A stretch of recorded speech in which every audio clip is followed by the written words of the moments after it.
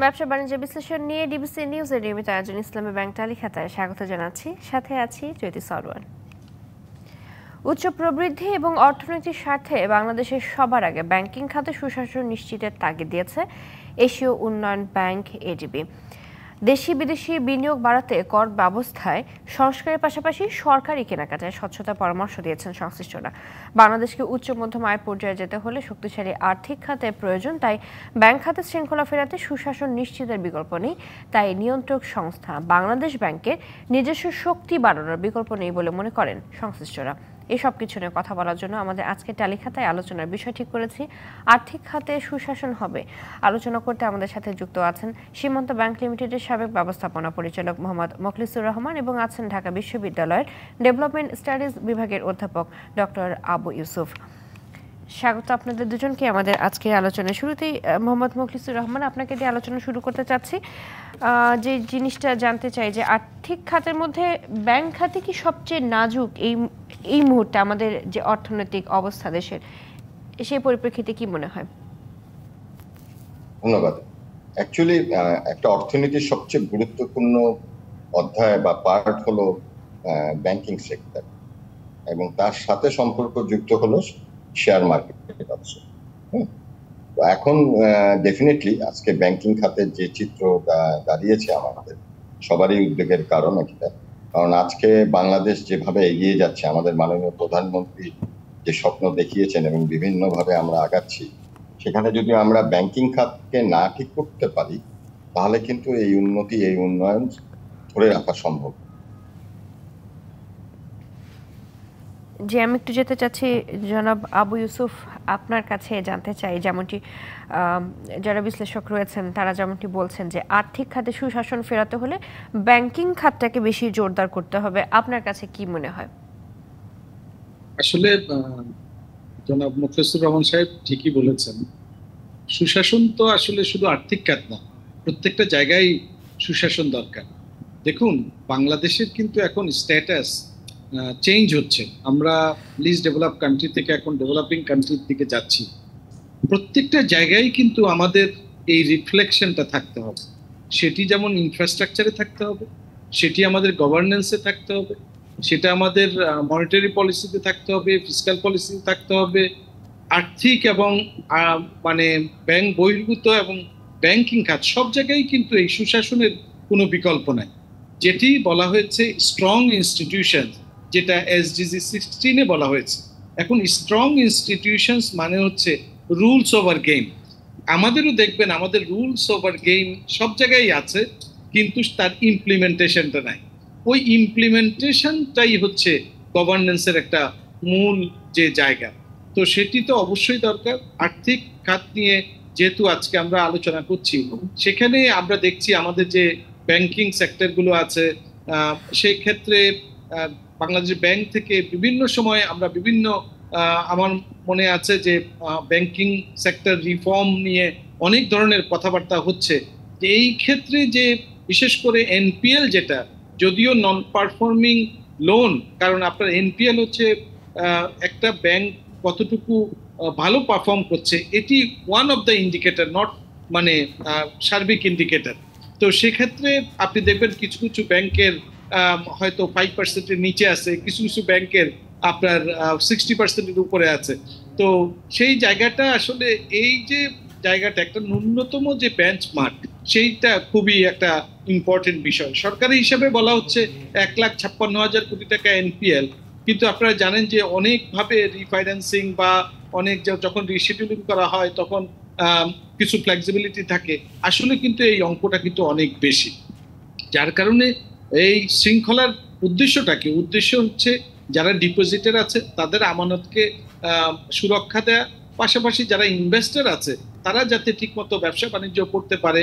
কারণ এই যে আপনি আর্থিক সূচক, এগুলো যদি আমরা বহির্বিশ্বে এই বার্তাটা দিতে পারি এই বার্তাটা দিতে পারি, তাহলে আমাদের যে এই যে ডেভেলপিং কান্ট্রি হওয়ার জন্য যে সমস্ত বিষয়গুলো আছে, গভর্নেন্স থেকে আরম্ভ করে ইনফ্রাস্ট্রাকচার থেকে আরম্ভ করে, আপনার এই জায়গায় একটা আমরা ইকোনমিক্সে বলি একটা বিগ পুশ। তো শুধুমাত্র অর্থনীতিতে বিগ পুশ না, আমি মনে করি যে গভর্নেন্সের ক্ষেত্রেও সেটা এবার ফিসকালে হোক, মনিটারি হোক, আর্থিক খাতে হোক, আর্থিক খাত বহির্ভূত হোক, সব জায়গায় কিন্তু গভর্নেন্সের ক্ষেত্রে আমরা প্রায়শই শুনে থাকি আমাদের যারা যারা পলিসি মেকার থেকে আরম্ভ করে সবাই জিরো টলারেন্সের কথা বলে, কিন্তু তার রিফ্লেকশনটা যদি আমরা বাস্তবে দেখতে পাই তাহলে কিন্তু আমাদের সব সেক্টরে কিন্তু সেখান থেকে বেনিফিটেড হবে। কারণ আমরা যখন ডেভেলপমেন্টের কথা বলি, এই ডেভেলপমেন্টের বেনিফিটটা যাতে all segments of the population পায়, তাহলেই কিন্তু আমরা ইনক্লুসিভ ডেভেলপমেন্টের কথা আমরা বলছি। তখনই আমরা দেখব যে স্মার্ট বাংলাদেশের কথা যখন আমরা বলি, স্মার্ট সিটিজেনের কথা যখন আমরা বলি, স্মার্ট সোসাইটির কথা আমরা বলি, তখন কিন্তু স্মার্ট ইনস্টিটিউশনসটাও খুব ইম্পর্টেন্ট। তো সেই জায়গাটা তখনই হবে যখন আমরা এই আর্থিক খাতের যে শৃঙ্খলার বিষয়টা, সেই শৃঙ্খলার বিষয়টা কিন্তু অনেক গুরুত্বপূর্ণ। এবং আপনারা দেখছেন যে বাংলাদেশ ব্যাংক অলরেডি নিশ্চয়ই আলোচনার মধ্যে আসবে, কিছু ইনিশিয়েটিভ নিয়েছে, যারা ভালো পারফর্মিং ব্যাংক, যারা আবার দুর্বল ব্যাংক, তাদেরকে কিভাবে রক্ষা করা যায় সেটা নিয়ে আলাপ আলোচনার বিষয় আছে, সেটা নিয়ে অ্যাসেসমেন্টের বিষয় আছে, যাতে অর্থনীতির রেফারেন্স আবারও দিচ্ছি, আমরা বলি পজিটিভ সাম গেইন, যেটাকে আমরা বলি উইন উইন সিচুয়েশন, সেই জায়গাটা যাতে সব জায়গায় থাকতে পারে এবং তার বেনিফিটসটা যাতে all segments of the population পায়, সেই জায়গাটাই সুশাসনের বিষয়টা খুব ইম্পর্টেন্ট। দেখেন, বিদেশে যখন কারো কোনো একটা জিনিস হারিয়ে যায় তখন সে প্রথম কিন্তু খোঁজ নেয় হচ্ছে পুলিশ স্টেশন। তার কখনো যদি সাহায্যের দরকার হয়, প্রথম সে নির্ভরতার জায়গাটা সে পুলিশ স্টেশনের কাছে যায়।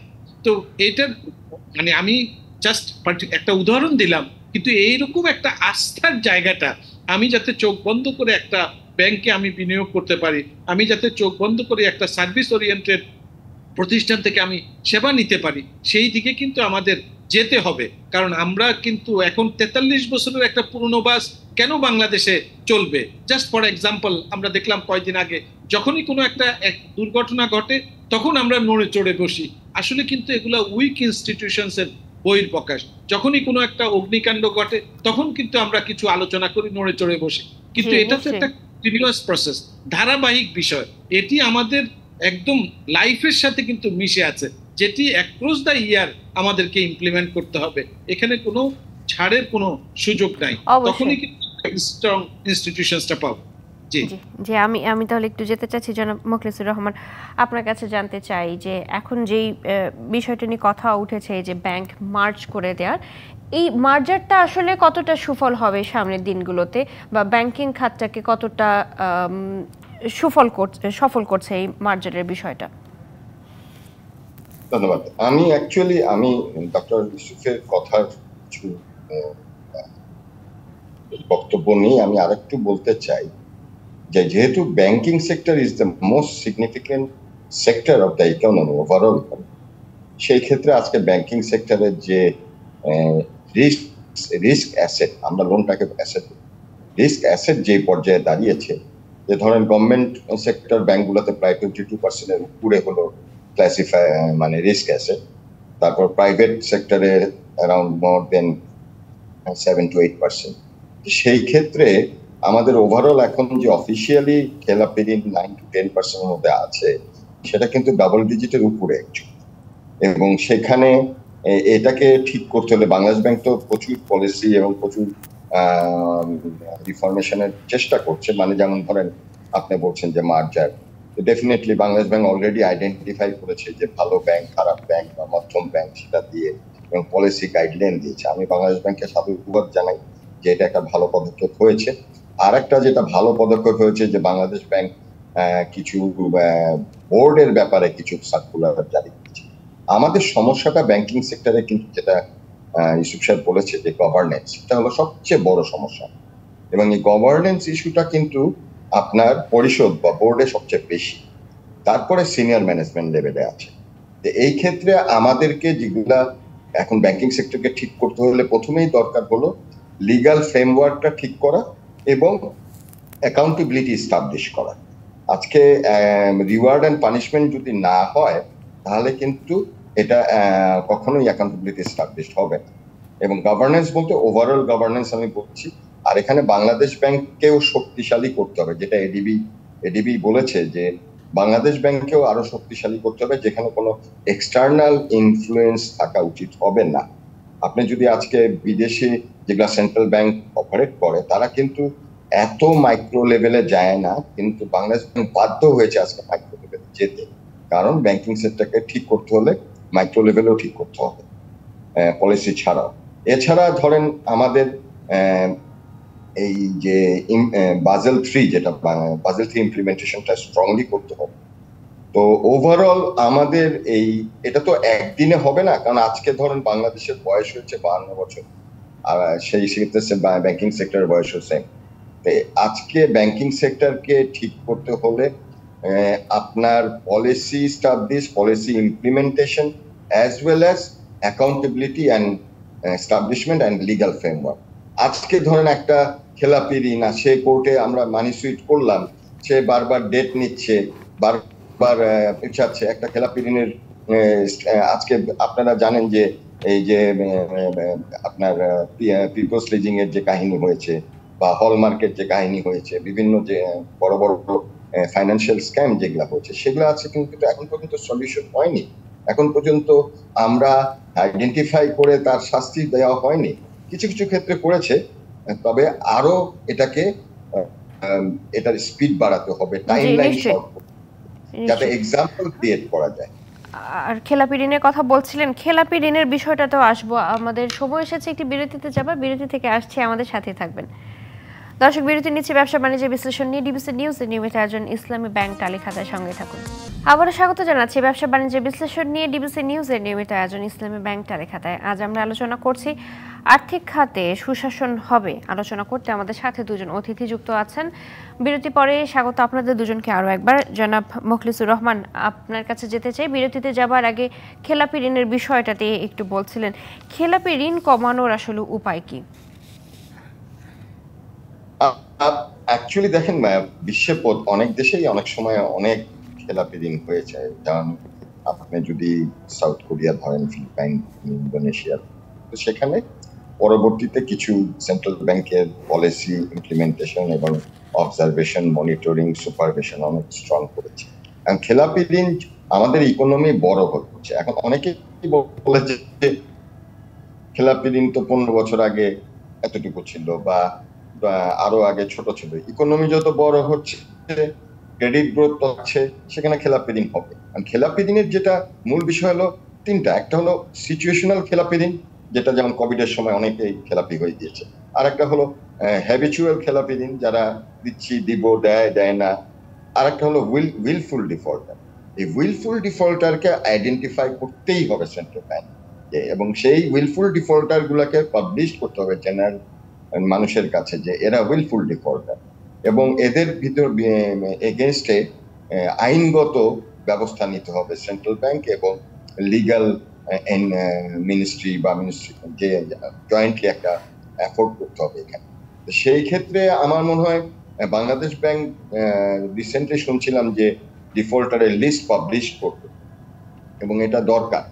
কারণ তারপরে তাদেরকে বাংলাদেশ ব্যাংক আরেকটা সার্কুলার দিয়েছে বিভিন্ন যে সামাজিক ভাবে তাদেরকে যে বহির্ভূত করা, যে সরকারি মানে চায়নায় একবার হয়েছে, যেমন চায়নায় যারা উইলফুল ডিফল্টার তারা সরকারি পরিবহন ব্যবহার করতে পারবে না, তাদের বাচ্চা সরকারি স্কুলে যেতে পারবে না, বিভিন্ন সরকারি যে সুযোগ সুবিধা সেগুলো বন্ধ। তো এখন আমাদের তো এটা একটা হলো কন্ট্রোল মেজারমেন্ট বা আইডেন্টিফিকেশন অ্যান্ড আমি বারবার বলছি যে অ্যাকাউন্টেবিলিটি এস্টাবলিশ করতে হবে। অ্যাকাউন্টেবিলিটি এস্টাবলিশ না করলে এই খেলাপি ঋণ বাড়তেই থাকে। দ্বিতীয়ত, বাংলাদেশ ব্যাংকের যে পলিসিগুলো হচ্ছে, বিআরপিডি বা ফরেন এক্সচেঞ্জ পলিসি হচ্ছে, সেগুলার ইমপ্লিমেন্টেশন হচ্ছে কিনা, এবং বাংলাদেশ ব্যাংকের অডিট টিমকে অনেক স্ট্রং করতে হবে, অনেক স্ট্রং, এবং সেখানে কোনো ইন্টারফেয়ারেন্স চলতে পারবে না। জি, এটাই আমি তাহলে একটু যেতে চাচ্ছি ডক্টর আবু ইউসুফ, আপনার কাছে জানতে চাই যে শিল্প সহ প্রায় সব উদ্যোগেই ব্যাংক ঋণই মূল পুঁজি। শেয়ার বাজার থেকে কেন পুঁজি নিতে আগ্রহী নন উদ্যোক্তারা? আপনার কাছে কি মনে হয়? না, আসলে দুটো তো আসলে আলাদা বিষয়। আপনি যদি ক্যাপিটাল মার্কেট এবং আপনার মানি মার্কেট, এই দুটো তো ভিন্ন জায়গাটা। বেশিরভাগ যেটি আমরা দেখি আসলে এই যে বিনিয়োগের যে বিষয়টা, এটি হচ্ছে একটা আস্থার বিষয়, কনফিডেন্সের বিষয়। আপনি দেখেন, আমি যখন একজন বিনিয়োগকারী সে বিনিয়োগ করে, তার কনফিডেন্সটা কোন জায়গায় আছে, কনফিডেন্সটা কিভাবে আপনি বৃদ্ধি করতে পারবেন। ব্যাংকের রেপুটেশন আমাদের দেশে তো, এই যে উনি কয়েকটি ব্যাংকের এমডি ছিলেন, আপনি দেখেন বেস্ট প্র্যাকটিস কিন্তু দেখার জন্য আমাদের বিদেশে যেতে হয় না। আপনি আমাদের দেশে যারা বেস্ট প্র্যাকটিস আছে আপনারা দেখেন, তারা কেন এত ভালো করছে, তাদের কেন এনপিএল এত কম আছে, তাদের কেন এত সুশাসন তারা কিভাবে এস্টাবলিশ করছে, তাহলে অন্যরা কেন পারছে না। তো সেই জায়গাগুলো যদি আমরা দেখি, এবং যেটা বলা হয়েছে যে অ্যাকাউন্টেবিলিটির যে জায়গাটা, এইটাকে নিশ্চিত করার জন্য সবচেয়ে বড় দরকার হচ্ছে পলিটিক্যাল উইল।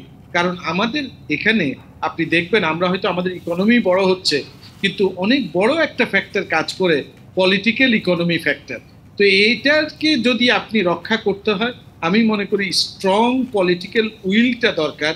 সেই স্ট্রং পলিটিক্যাল উইল যদি থাকে, তাহলে যারা ভেস্টেড ইন্টারেস্ট গ্রুপ, তারা যে ধরনের বেনিফিট এখন আনডিউ বেনিফিট পায়, সে আনডিউ বেনিফিট যদি না পায়, এবং আপনি যদি ট্রান্সপারেন্ট হন, যে ঠিক আছে, উনি যেটা মোক্তার সাহেব খুব চমৎকার ভাবে বলেছেন, যে আপনি ডিসক্লোজ করে দেন, এরা তো আমাদের সমাজেরই মানুষ, তাহলে কেন তারা আপনার উইলিংফুল তারা ডিফল্টার হবে।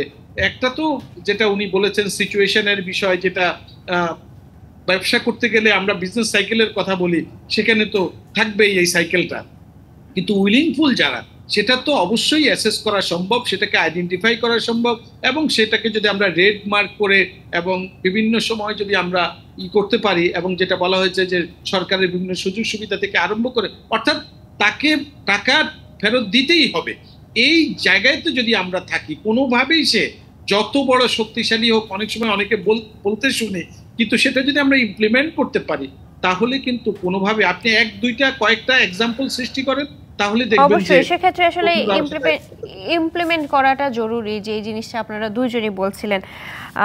আমরা আমাদের আলোচনাও শেষে আমাদের হাতে আর সময় নেই। আপনাদের দুজনকে অসংখ্য ধন্যবাদ এতক্ষণ যুক্ত থেকে আমাদেরকে সময় দেওয়ার জন্য। ধন্যবাদ। দর্শক, ব্যবসা বাণিজ্য বিশ্লেষণ নিয়ে ডিবিসি নিউজের নিয়মিত আয়োজন ইসলামী ব্যাংক টালিখাতে আজ এ পর্যন্ত।